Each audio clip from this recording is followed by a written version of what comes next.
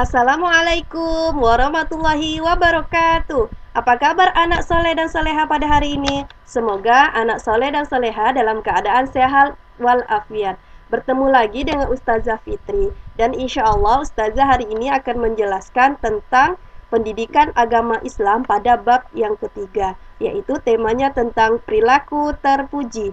Pasti anak-anak sudah tahu apa itu perilaku terpuji?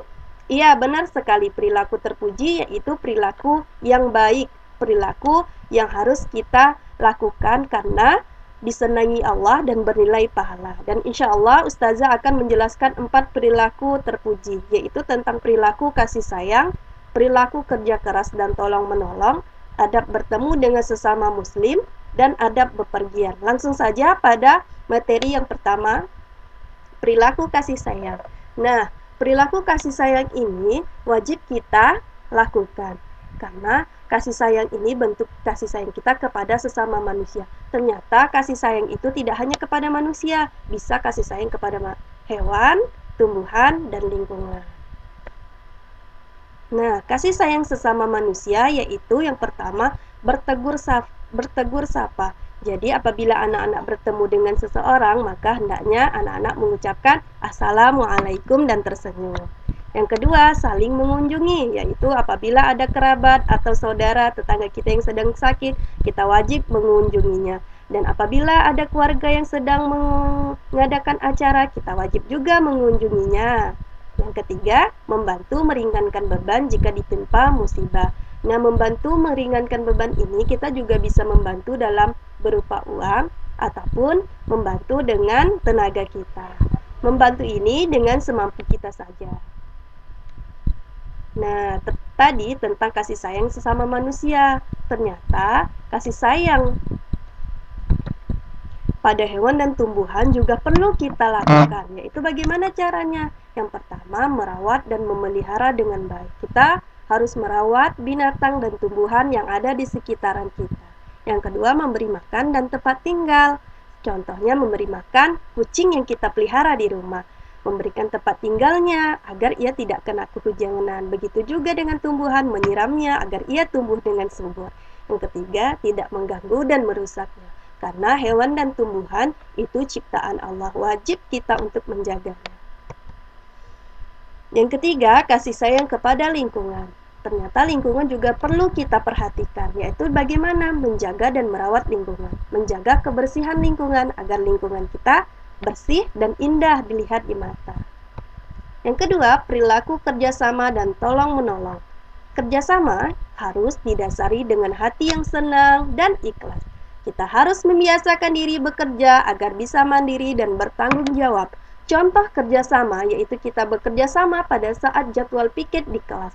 Kita melakukan kerjanya bersama-sama agar kerjaannya cepat selesai dan meringankan pekerjaan satu sama lain. Tidak hanya di sekolah, di rumah juga kita harus bekerja sama dengan orang tua kita. Tolong menolong berarti membantu orang lain dalam masalah ketakwaan dan kebaikan. Nah, Allah sangat menganjurkan kita untuk tolong menolong karena tolong menolong itu adalah perilaku yang baik, tapi tolong menolong dalam hal kebaikan, tidak boleh menolong dalam keburukan. Contoh tolong menolong dalam keburukan yaitu memberi jawaban pada saat ulangan di sekolah, dan itu bukan termasuk tolong menolong, itu termasuk tolong menolong dalam hal kemaksiatan, dan itu harus kita hindari. Yang ketiga yaitu adab bertemu dengan sesama muslim. Pasti soleh dan soleha sudah rindu dengan teman-temannya, bukan? Nah, nanti apabila bertemu dengan teman-temannya dan bertemu dengan orang-orang di sekitarnya, hendaklah tersenyum dan menunjukkan wajah berseri saat bertemu untuk menumbuhkan rasa cinta bahagia dan memperdalam kasih sayang. Karena apabila soleh dan soleha menunjukkan muka masam dan cemberut, maka orang-orang di sekitar soleh dan soleha akan takut. Maka dari itu kita harus tersenyum. Dan saat bertemu hendaknya mengucapkan salam dan berjabat tangan karena agar dapat mempererat hubungan antar sesama. Jadi ketika kita sudah senyum, kita jangan lupa mengucapkan Assalamualaikum dan berjabat tangan. Berjabat tangan, ikhwan dengan ikhwan, akhwat dengan akhwat. Dan yang keempat, adab berpergian. Nah, adab berpergian ini disebut juga dengan safar. Nah, soleh dan soleha pasti pernah pulang kampung. Nah, pulang kampung itu ternyata ada adabnya loh. Nah, adab safar ataupun adab berpergian. Ketika hendak berpergian dianjurkan untuk berpamitan. Jadi apabila soleh dan soleha hendak keluar rumah, soleh dan soleha harus berpamitan kepada orang tua agar orang tuanya tahu di mana tujuan akan soleh dan soleha pergikan, dan supaya orang tua mendoakan kepergian kita dengan baik. Yang kedua, berpergian dianjurkan untuk berjamaah dan berombongan. Jadi soleh dan soleha tidak boleh berpergian sendiri, harus bersama-sama orang tuanya. Yang ketiga, dilarang membawa binatang anjing atau lonceng dalam perjalanan.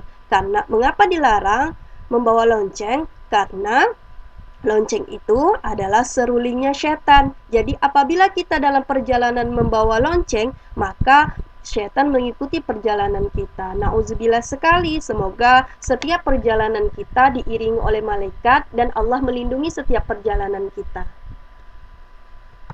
Doa-doa ketika hendak berpergian. Dan jangan lupa, ketika soleh dan soleha hendak berpergian, ada doa-doanya. Yang pertama, doa ketika keluar rumah. Ada yang sudah hafal? Nah, benar sekali. Doanya seperti ini. Bismillahi tawakkaltu alallahi la hawla wala quwata illa billah. Yang kedua, doa membaca doa naik kendaraan. Nah, ketika soleh dan soleha hendak naik motor, mobil, pesawat, kereta api, hendaknya membaca doa naik kendaraan, yaitu Subhanallazi sakhkhara lana hadza wa ma kunna lahu muqrinin wa inna ila rabbina lamunqalibun. Amin. Yang ketiga, bertakbir saat jalanan menanjak. Apabila soleh dan soleha menaiki jalan yang menanjak, mengucapkan takbir, yaitu Allahu Akbar. Dan apabila saat jalanan menurun, soleh dan soleha bertasbih, yaitu mengucapkan Subhanallah, agar perjalanan kita diberkahi oleh Allah. Dan itulah tadi tentang perilaku-perilaku terpuji yang sudah Ustazah jelaskan. Ada 4: perilaku kasih sayang, kerjasama tolong-menolong, adab bertemu dengan sesama muslim, dan adab berpergian. Semoga soleh dan soleha bisa pahami dan bisa praktekkan di manapun soleh dan soleha berada. Kurang dan lebihnya Ustazah mohon maaf. Assalamualaikum warahmatullahi wabarakatuh. Terima kasih.